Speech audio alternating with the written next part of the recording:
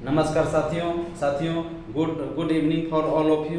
आप सभी को प्रजापति हेल्थ केयर में स्वागत है। मैं हूं आपका दोस्त डॉक्टर सौगनी पंडित, अर्बन प्रखंड मुजफ्फरपुर बिहार। दोस्तों, आज हम बात करने वाले हैं डाइजेस्टिव सिस्टम के विषय में कि डाइजेस्टिव सिस्टम क्या होता है, उसमें कौन कौन सा अंग सहायक होता है, आपका लीवर कहाँ होता है, पैनक्रियाज कहाँ होता है, गॉल ब्लैडर कहाँ होता है, छोटी आंत कहाँ होता है, बड़ी आंत कहाँ होता है, असेंडिंग कहाँ होता है, डिसेंडिंग कहाँ होता है, ट्रांसवर्स कहाँ होता है, एवं प्रकार से जो हमारे पाचन तंत्र में जितना भी अंग सहायक है उसके बारे में आपको यूट्यूब के माध्यम से बताने वाला हूँ। दोस्तों, ये इसमें बने रहें, इस वीडियो में बने रहें और शुरू से अंत तक जरूर इस वीडियो को देखें ताकि कॉन्सेप्ट आपको समझ में आएगा और आप जान पाएंगे। दोस्तों, मेरे चैनल में जो नए हैं, जिन्होंने अभी तक मेरे चैनल को सब्सक्राइब नहीं किया है, प्लीज उनसे निवेदन है, मेरा प्रजापति हेल्थ केयर चैनल है, चैनल को सब्सक्राइब कीजिए, लाइक कीजिए और दोस्तों के साथ जरूर शेयर कीजिए। और दोस्तों, सब्सक्राइब करना नहीं भूलिए, क्योंकि आपसे फिर पुनः निवेदन है कि मेरा चैनल को सब्सक्राइब जरूर करिए और वीडियो को शुरू से अंत तक जरूर देखिए। दोस्तों, जैसा कि आप सभी जानते हैं कि हम लोग क्या करते हैं, भोजन जो हम लोग खाते हैं, भोजन का जो दांत होता है उसको चबाने का काम करता है। लगभग 32 दांत होते हैं जो कि भोजन को कॉम्प्लेक्स को छोटे से टुकड़ों में उसको बांट देते हैं, जिसको उसके साथ साथ आपका जीभ जो होता है, जो पूरा मुंह के बीच में होता है, जीभ का लास्ट इंड जो है फायरिंग्स होता है। जीभ से एक तरह का सलाइवा निकलता है जिसको हम लार ग्रंथि कहते हैं। वो एक तरह का एंटी बैक्टीरियल होता है, आपको बैक्टीरिया को मारता है। अगर आप भोजन करते हैं, किसी तरह का उसमें बैक्टीरिया अगर आपका भोजन के माध्यम से इंटर कर रहा था, बॉडी में भोजन में था, तो उसको सलाइवा से भी बैक्टीरिया आपका उसमें एंटी बैक्टीरियल होता है, उसको मारने का काम करता है। दोस्तों, भोजन के जब छोटे टुकड़ों में जब करते हैं तो कहाँ जाता है, आपका चला जाता है फायरिंग में जाता है। फायरिंग जो है आपका जीभ का लास्ट इंड है, अंतिम भाग होता है, जीभ का अंतिम भाग फायरिंग्स होता है। फायरिंग्स के बाद दोस्तों बात करें हम, एपिग्लोटिस होता है। एपिग्लोटिस का काम होता है कि आप वो जो आपका भोजन होता है उसको सांस नली में नहीं जाए। जब आप भोजन करते हैं तो भोजन करने के बाद जब आप चबाते हैं, चबाने के दौरान कभी कभी होता है कि आप कुछ सोचने लगते हैं, दिमाग में कोई बात या आप जो काम करते हैं वो आ जाता है, या आप फिल्म देखते हैं, मोबाइल चलाते हैं, ठीक है, किसी से बात करते हैं, गपशप करते हैं, खाना खाते रहते हैं, उसमें आपका माइंड डाइवर्ट हो जाता है, जिससे कारण आपका एपिग्लोटिस तय नहीं करता है, माइंड तय नहीं करता है कहाँ भोजन करना है, तो कभी कभी आपका सरक जाता है। तो दोस्तों, जानते हैं कि सरक जाता है, तो सरकने का कारण क्या है कि आपका अन्न जो है आपका सांस नली में, ट्रेकिया में जा रहा था, सांस नली में जा रहा था, तो बॉडी का अपना डिफेंस होता है जो कि उसको सरकने के बाद उसको क्या कहा जाता है, सरक करके उसको अन्न नली को बाहर निकालने का काम करता है, या 2 बार 3 बार सरकता ही है। दोस्तों, कभी कभी गांव में देखिएगा, सरकने के बाद लोग क्या कहते हैं, उसका नाना याद कर रहा था, उसका मम्मी याद कर रहा था, उसका रिश्तेदार याद कर रहा था, लेकिन ऐसी बात नहीं है। सरकने के बाद क्या होता है,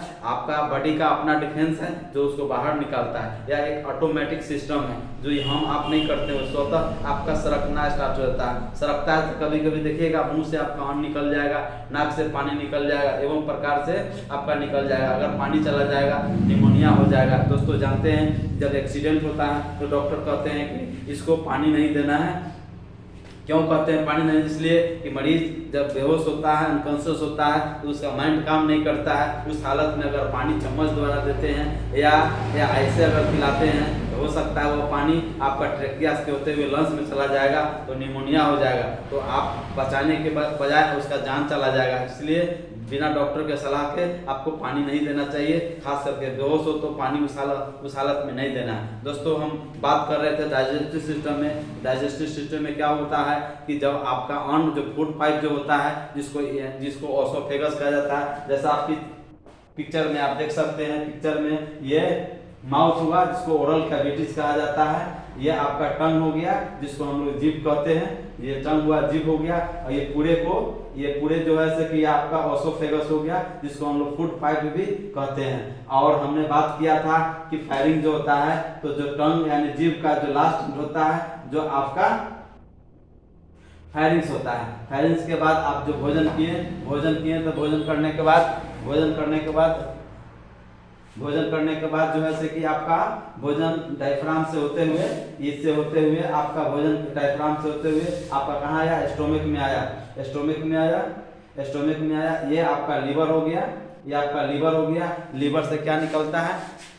पीत रस निकलता है। जो हम लोग फैटी चीज खाते हैं, घी, तेल, ऑयल, बटर खाते हैं, मक्खन खाते हैं, तो क्या होता है? उसे पचाने में मदद मिलता है। तो आपका लीवर से जो बाइल निकलता है, पीत रस निकलता है, वो कहाँ इकट्ठा होता है? यही गाल ब्लैडर में। जो हरा वाला देख रहे हैं, ये आपका गाल ब्लैडर हुआ। यही गाल ब्लैडर में आपका पीत रस जमा होता है। लगभग हम समझते हैं कि 24 घंटा में 1.5 लीटर के आसपास में पीत रस निकलता है। तो इसी में दोस्तों स्टोन का भी होता है, यही गाल ब्लैडर में होता है। पीत के थैली में आपका स्टोन हो जाता है। अब बात करें गाल ब्लैडर के बाद आपका जो है, जब आपका भोजन जब आपका स्टोमक में जाता है तो 4.5 घंटा के आसपास में भोजन आपका वहाँ पर ही रुकता है। वहाँ पर ही स्टोमक को 3 भागों में बांटा गया है, एंट्रम, बॉडी, पाइलोरस। उससे भी आपका स्टोमक से भी आपका एक HCl निकलता है, जिसको हाइड्रोक्लोरिक एसिड निकलता है। ठीक है, HCl निकलता है, हाइड्रोक्लोरिक एसिड, वो भी एक तरह का एंटीबैक्टीरियल है, उस बैक्टीरिया को भी मारने का काम करता है। 4.5 घंटा भोजन आने के बाद वो भोजन कहाँ चला जाता है? आपका भोजन बस छोटी आंत में चला जाता है। भोजन आपका छोटी आंत में चला जाता है। तो छोटी आंत को भी 3 भागों में बांटा गया है। पहला जो डिओडनम होता है, डिओडनम चूंकि अलग हो गया, डिओडनम हम बात करेंगे इस पिक्चर के माध्यम से। डिओडनम कहीं होगा, बात करेंगे। ये डिओडनम होता है, ये डिओडनम हो गया। तो आपका छोटी आंत में जब जाता है, तो छोटी आंत को 3 भागों में बांटा गया है। जैसे फर्स्ट होता है आपका जेजनम होता है, इलियम होता है और कोकम होता है। 3 भागों में बांटा गया है। आपका जेजनम जो होता है, जो कि आपका छोटी आंत का प्रथम भाग को जेजनम कहा जाता है। उसके बाद जेजनम के बाद दोस्तों इलियम होता है। इलियम में आपका जो भोजन होता है, उस भोजन में वहाँ पाचन का क्रिया होता है। पाचन करने के बाद जो पाचक रस जो होता है, उसको ट्रांसवर्स हो जाता है, आपका सर्कुलेटरी सिस्टम में चला जाता है।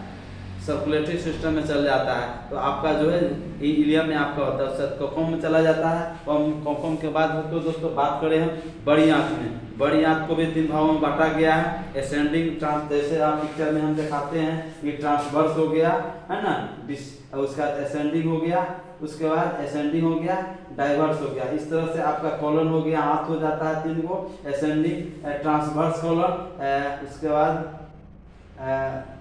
डिसेंडिंग हो गया और असेंडिंग कॉलन हो गया। इस तरह से इसमें आपका हो जाता है। इसके बाद स्मॉल इंटेस्टाइन में जैसे कि हमने बात की हो, डिओडनम हो जाता है, जेजनम होता है और इलियम होता है। ये आपका जो लास्ट इंज हुआ एनल कैनाल हो गया। फूड पाइप से लेकर के, यानी ओसोफेगस से लेकर के, जो आपका माउथ से लेकर के आपका लास्ट इंज जो होता है भोजन का, जो फूड पाइप का जो होता है ना, एनल कैनाल जो होता है, ये आपका लास्ट होता है। उसके बाद ये बात करें अपेंडिकुलर होता है, ये अपेंडिक्स होता है। इसी में इन्फ्लामेशन हो जाता है। जब आप फैटी चीज खाते हैं या साग ये सब खाते हैं, खेसारी का साग ये सब खाते हैं, तो उसमें आपका इन्फ्लामेशन हो जाता है, इसमें इन्फ्लामेशन हो जाता है, जिससे कारण आपका अपेंडिक्स में इसमें जिससे कारण इन्फ्लामेशन होने का सूजन होता है। उसी को हम अपेंडिसाइटिस कहते हैं। दोस्तों इसको डॉक्टर क्या करते हैं, इसको ऑपरेशन करके निकाल दिया जाता है। यह वेस्टेज चीज हुआ। इसके साथ साथ दोस्तों लार्ज इंटेस्टाइन में ये आपका आता है। इस तरह से आपका जो है आपका इसके बाद आपका जो पेनक्रियाज जो होता है, पेनक्रियाज जूस आपको निकलता है। जब हम लोग मीठा चीज़ खाते हैं तो मीठा जो ग्लूकोज जो हमें प्राप्त होता है, तो पेनक्रियाज जूस निकल करके उसको रिजॉर्व करके और उसको आपको ग्लूकोज लेवल को बढ़ने से मिलता है, आपको बचाता है। इस तरह से आपका डाइजेस्टिव सिस्टम में इतना सारी सिस्टम होता है। इस तरह से आपका भोजन का पाचन आपका होता है, तब हम लोगों का संभव होता है, एनर्जी हमको मिलता है और हमारा भोजन पच पाता है। दोस्तों यह वीडियो कैसा लगा, इसको फिर पुनः निवेदन करते हैं, इस चैनल को सब्सक्राइब कीजिए, लाइक कीजिए, कमेंट्स कीजिए और दोस्तों के साथ जरूर शेयर कीजिए। धन्यवाद, प्रणाम।